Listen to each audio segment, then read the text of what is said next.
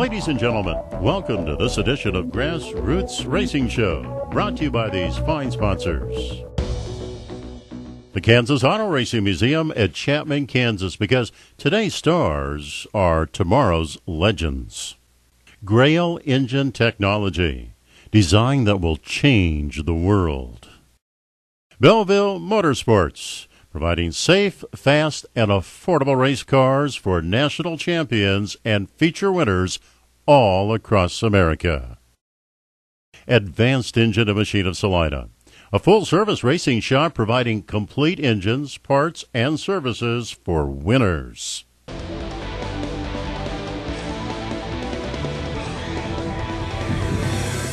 Welcome to the Grassroots Racing Show. I'm Roger Thompson, together with my brother Doug Thompson. We're here for another edition of Grassroots Racing Night at the Track. And Roger, you know, this week's a very special week because we've sent Mike out with the film crew and sent him off to Hutchinson for the 56th running of the Hutchinson Nationals. Imagine that, sending Mike out to a race. Yeah, the night of the track. For the next 2 weeks, you'll be able to watch right after the Grassroots Racing Show. You'll see Night at the Track, and this week's show will have the Thumpers, Street Stocks, and the Sports Mods. Next week's show, we're going to have the Sprint Car racing and the Modified racing from Hutchinson, and I tell you, it is some excellent racing.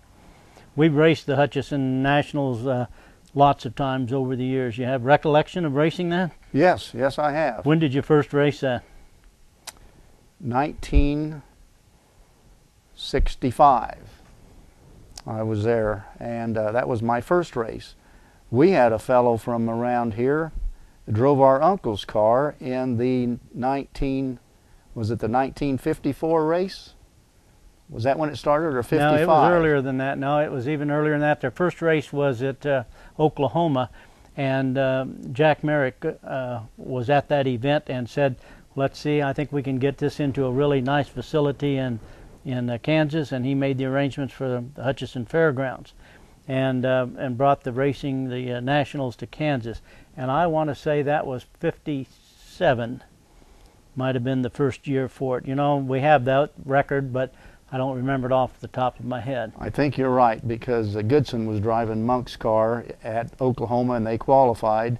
Said there was like 100 cars down there. Yeah. Was that at the Oklahoma Fairgrounds? I believe so. Oklahoma City Fairgrounds, yeah. Mm-hmm. And I remember, of course, as you mentioned, we're talking about Jim Goodson, who used to race at what was Plaza Speedway when Roger and I were little kids. We grew up on a farm about a mile and a half or so from there, and Jim Goodson drove a car of our uncle's, Monk Sutton, and it was the number 21 at the time. I think it was a black and white car, was that one? Becky's Chicken in the Basket. It was a 32 Ford Victoria. Yeah, beautiful car. Yes, it was. And I remember how excited we were when we heard that Jim got 21st in the Nationals. Yeah, that was quite a feat, because that was a number of, I don't remember how many cars they started. Monk told me, I thought it was like 100 Yeah, or they something. may have. I suspect everybody who was there got in the racing. Right. It wasn't always that way, because I remember one of the early Nationals that I went and raced at, the late model class, there was, that day it was 234 cars in the late model class. So just to make that A feature was quite an accomplishment. Well, you remember in the early days, and I think this is the way it was even in the 60s when I started, there was only one class. And you chose the field from that one class, and we raced for a couple of days in order to get down to that A feature. Yeah, and there's one thing that was always guaranteed about the Hutch Nationals. When we first went down there, of course, they pitted you in the infield. And no matter what, it was always just like we're going through in Kansas right now. The temperatures were 106, 107, 108, and then you put yourself inside of that compound and the concrete wall all the way around it, and that temperature went way high. Error. Wasn't a concrete wall all the way around it. Well, it used to be a wooden one for a while. It used to be a wooden one, because we have the story of Jim Roper driving through that wooden fence. Remember, he got knocked through it in turn 1, and he's in a midget, no protection, nothing. Put your arm up. Well, I know that was about, but that's a lot of help with a 4x4s coming at you. And he said he drove along the backstretch till he thought he was at turn 3 and drove back through right on through the fence. You know, speaking of the fence, we have our good friend Don Morse. You know, I think of over the years that Don's been down there, and I don't know how many times he's been able to penetrate that wall and knock a hole into that wall. Well, if he wasn't doing that, he was trying to knock uke tires out of the infield. We're I don't having know fun how many with Don. times he hit uke tires. He tried to send them out over the wall, but he could never get them there. Yeah, yeah, that would have been Don. Yeah, And, that was Maury. I can remember Don putting a hole in, maybe going into 3.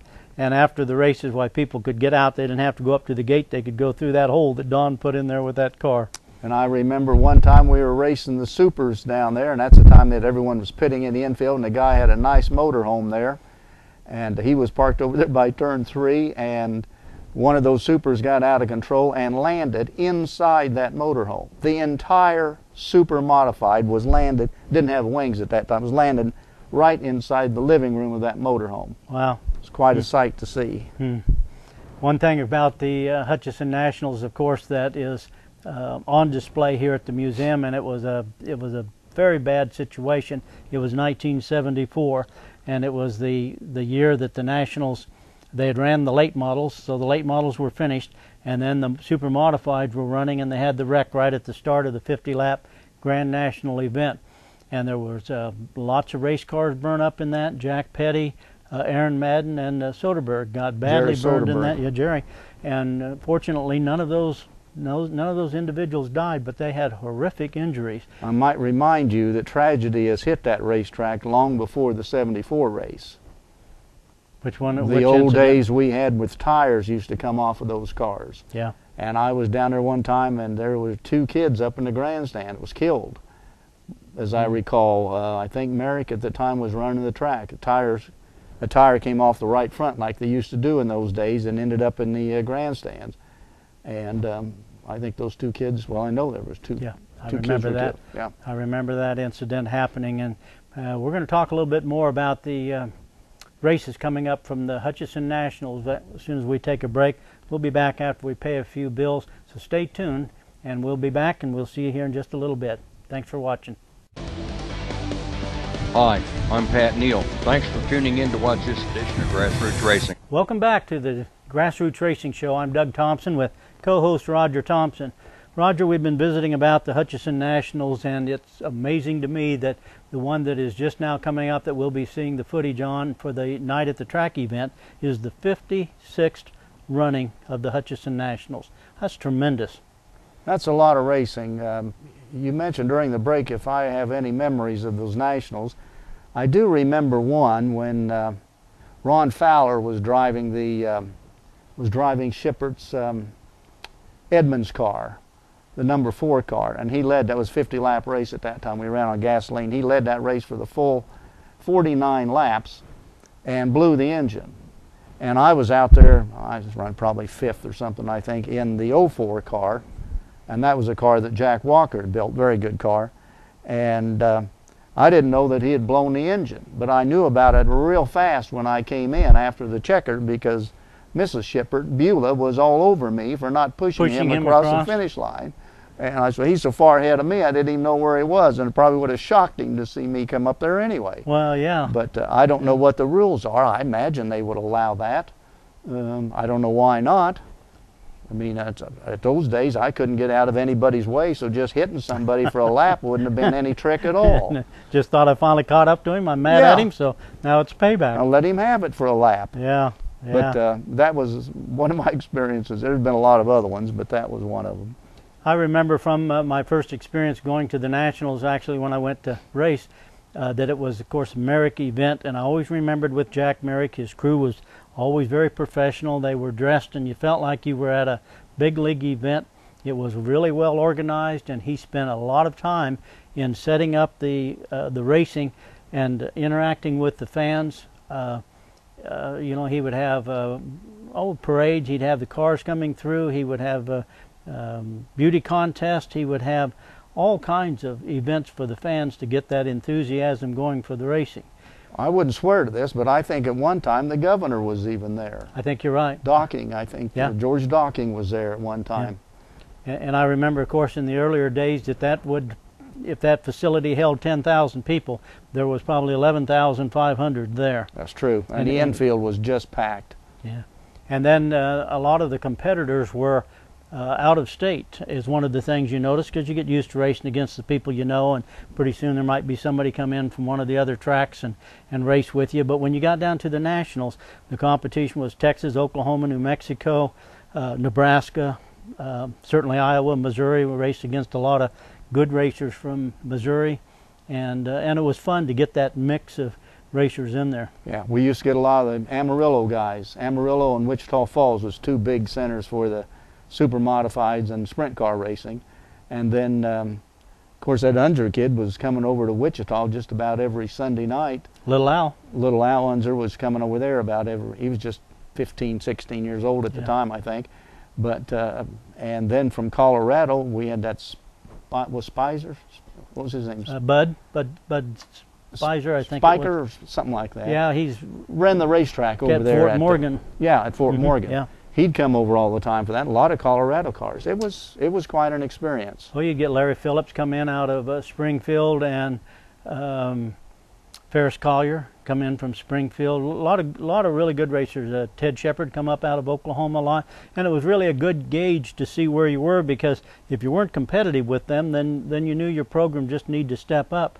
And over the years, why, even though Kansas may have started a little behind, because anytime you're talking about racers coming in from another state, generally you're getting the cream of the crop, the ones who are set up to travel, who have a reason to travel. And so when they're coming in, you're looking at good competition from 5, 6, 7, 8 states.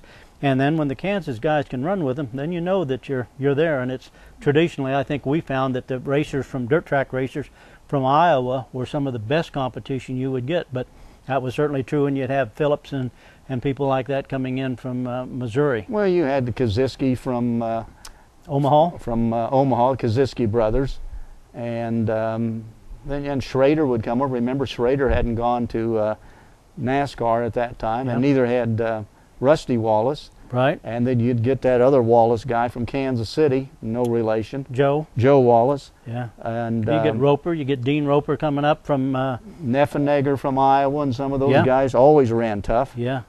So you got to see the best people there. Yeah. I have recollections of that I remember one of those years we were just fortunate enough to get 6th or 7th, not only finishing that race, but maybe qualified in that area.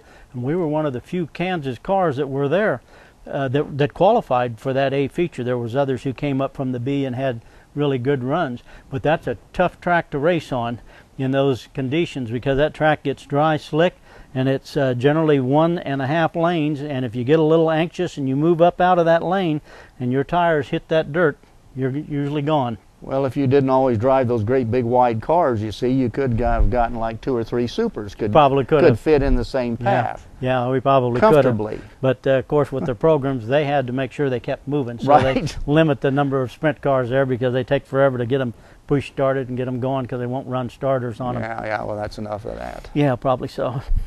Well, the racing we're going to be taking a look at here in a little bit is the Thumper class, and I can tell you this is some of the really, really good racing, because those Thumpers aren't much different than the late models. When I started racing in the late models in 69, 70, somewhere along in there, and these Thumpers look like the late models used to look like, and I think their power plants are very, very similar to it, and it's just really good racing on that track.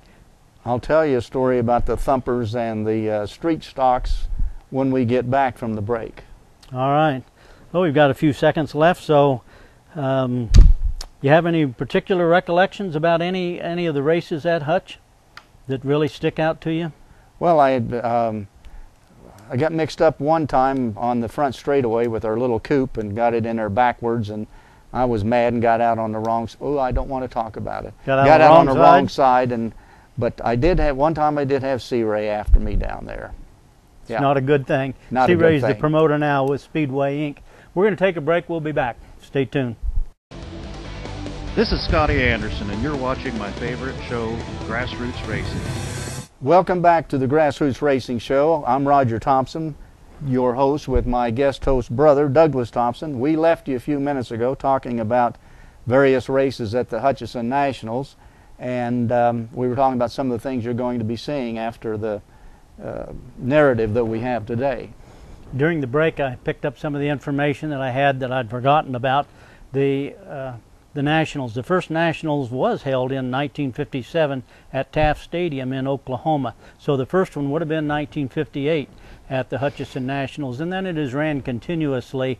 I can't think of one year that has been missed, with the exception of 1974. They canceled that race because of the incident right at the beginning of the Grand Nationals, the sprint car race. And you were in that, but fortunately were not involved in the fire. No, that was at the beginning of the feature. Yeah. That accident. And we're of course filming this segment, Grassroots Racing Show, at the Kansas Auto Racing Museum, and the film footage and the still photographs of that beginning of the race where the fire started is here. We've also had an interview with Jack Petty, who certainly suffered serious injuries from the accident, and that's here at the Auto Racing Museum, along with Jack's helmet he was wearing that day and the boots. And Jack readily admits, you know, as many years of knowing Jack, never once heard him complain about what happened to him that day. He accepts that as being a risk of racing. The last time I talked to him, he told me he'd been nominated for the Belleville Hall of Fame. And he is in there. He did. will be joining. Great. That's Yep. I'm glad to hear that as well. Yeah. And Jack's certainly been a friend of ours. We've had his car here numerous times, and Jack has said that because of that incident, there were a lot of safety changes made to racing. There were fire suits, in-car fire extinguishers. The racetracks were required to have firefighting equipment. And that was one of those, as they say, that was a perfect storm, because all of the things that could go wrong went wrong at the same time that led to that incident. And that picture we have in the museum is the one that was on the sports pages nationwide, showing Jack jumping out of that fire. And I was, on that particular day, I was racing in Topeka, and I was leading the points, so we didn't come down to the late model race at Topeka at Hutchinson, because I didn't think we could get back in time. But there was a push going on at that time for safety equipment for fire suits and stuff, and people were grumbling, and oh, those suits cost $200, and you know, you're talking about how much you win for a feature. But you know, when that incident took place and that word spread, I never heard anything more about it. People bought the suits and began to raise the level of safety that's required to race at that level. And gloves and fuel cells. You got to remember, in those days, no fuel cells, 50-lap race, gasoline.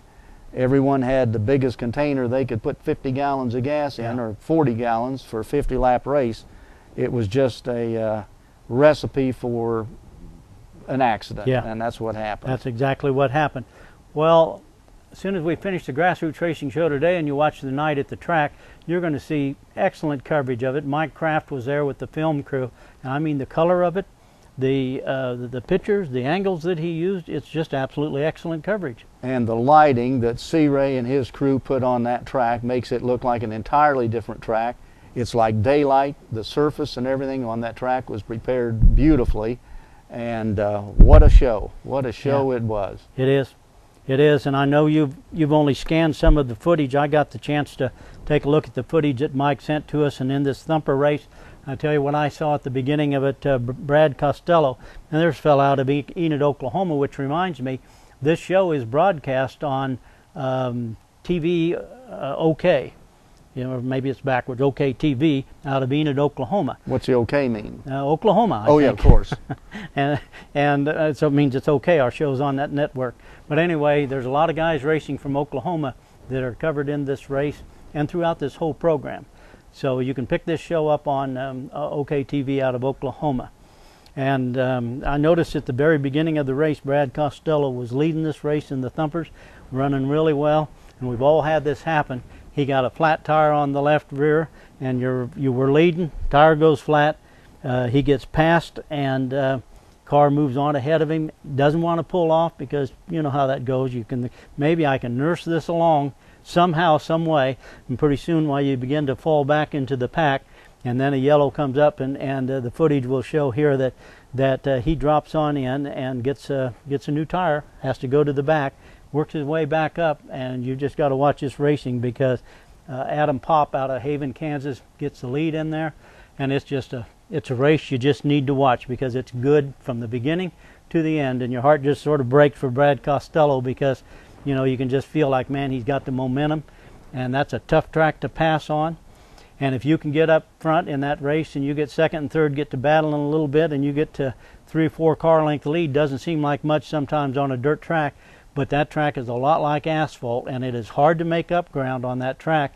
And almost always you'll see the winner comes from the first 3 rows of those features. It's very seldom that you'll get a winner come from deeper in the field. But normally, if you're leading a race in that situation and you have either engine troubles or a flat tire, the sound of crunching metal gives you an added idea that it's time to get out of the way. Yeah. Because a lot of times they can't and don't and won't dodge you. So that's true. That's a good indicator that it's time to move towards the infield. Yeah. You can only play dumb so long when you're out there like that. Car beside you pulls up and points at your left rear, and you like what? Yeah. Because you don't want to pull off and give up any position. Well, the last straw is when you run over your own fender, then you know that I've been out here too long. Yeah, look, car number so-and-so. You run right over it. Yeah.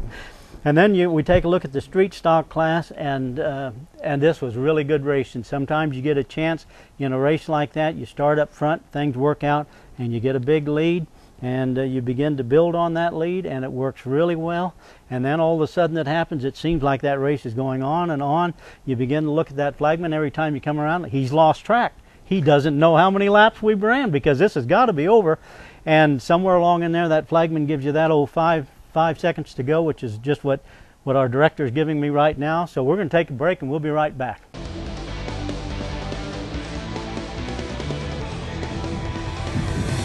Welcome back to this segment of the Grassroots Racing Show. I'm Roger Thompson with co-host Doug Thompson. Doug's about to finish telling the story about the street stock race and some of the events that he's seen happen in the past. Yeah, what you have in that situation like that, like I was explaining, you get a breakaway and everything's running good. It seems like the race goes on a long time, and then you get down there, you see that flagman as you come by, and you see him giving this 5, and he'll do a countdown depending on how busy the flagman is. But in this race here, you'll see in the street stock race, the flagman's giving that 5 to go, and about the time he gives that signal, here comes the smoke out of the leader. He's had a pretty comfortable run. He knows he's running good, and now that smoke gets pretty big, and he knows it too. And now it gets to be that question: can you make it 5 laps? Somewhere in there are you hurting your equipment? Do you need to pull off and give it up? Well, you take a look and see on this street stock race when it comes up. You watch and see how the end result of this plays out. The other race that you're going to watch will be the sports mod, and the sports mod's getting to be a very popular class here in Kansas. And this is one of those races where Caleb Edwards, and he's driving the 99 car, and you can imagine with his name Caleb Edwards, what that 99 car sort of looks like is the fellow Edwards that runs in the NASCAR series. And he has his car painted up that way, and it'll be interesting to see if he can I hope he's having a little better time than Edwards on the NASCAR circuits. Yeah, What's having his a little name trouble. anyway? Oh, yeah, just Edwards. That's enough, isn't it? Yeah, well, I don't think of it. We were talking. One thing I got to point out: when in the days when these classes were just getting started, thumpers and streets, I was driving the late models and the supers, and once in a while, one of these kids would come up and ask me if I'd drive their car. And I'd say, son, I drive a car that's got brakes, that's got steering. I don't have to sit in a pile of oil, and I still can't drive it. There is no way I'm going to be able to drive your car any better than you are. Matter of fact, I couldn't come close to driving, because these guys heard some of these cars in the early days. Now they're sophisticated, Yeah. but just like our class, they've come a long way. And like you said, these are real race cars now. Well, I want you to stay tuned for Night at the Track, because you're going to see racing coming up the first half from the Hutchinson Nationals 56th running. Stay tuned, you'll